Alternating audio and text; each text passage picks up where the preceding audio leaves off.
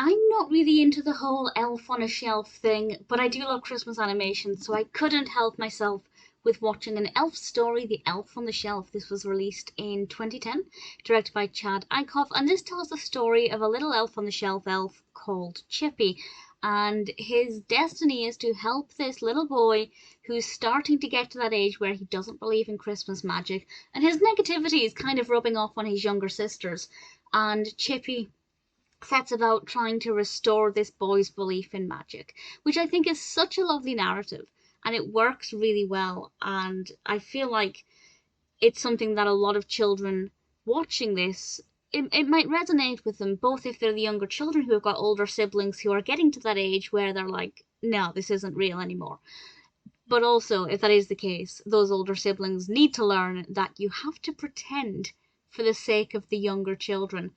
But also, maybe younger children who are not really buying into the Christmas magic anymore can watch this and realise that actually there are different kinds of Christmas magic. It's not just the whole North Pole thing. We also have just the joy of the season and the fact that people start to think of other people around Christmas rather than just themselves, which I think is a beautiful thing. So the narrative was nice. I liked the development of it. I thought it was really good fun. It's definitely a younger film. You know, there are many Christmas animations that are great for the whole family.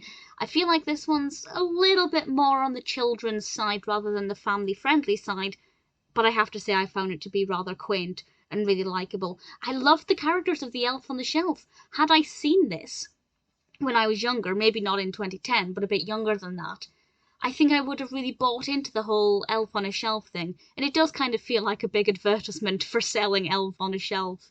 Elves on a shelf? Elf on shelves? For the elf dolls.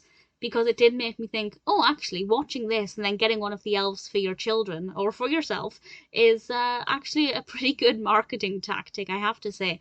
It's beautifully animated. The animation quality is absolutely stunning.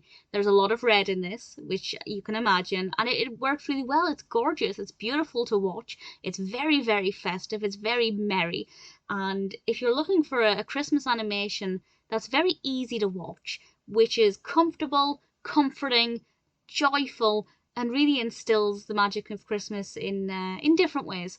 I think that even if you don't care for Elf on the Shelf, which, as I said, I don't really, an elf story is still worth watching. It really is an absolute joy.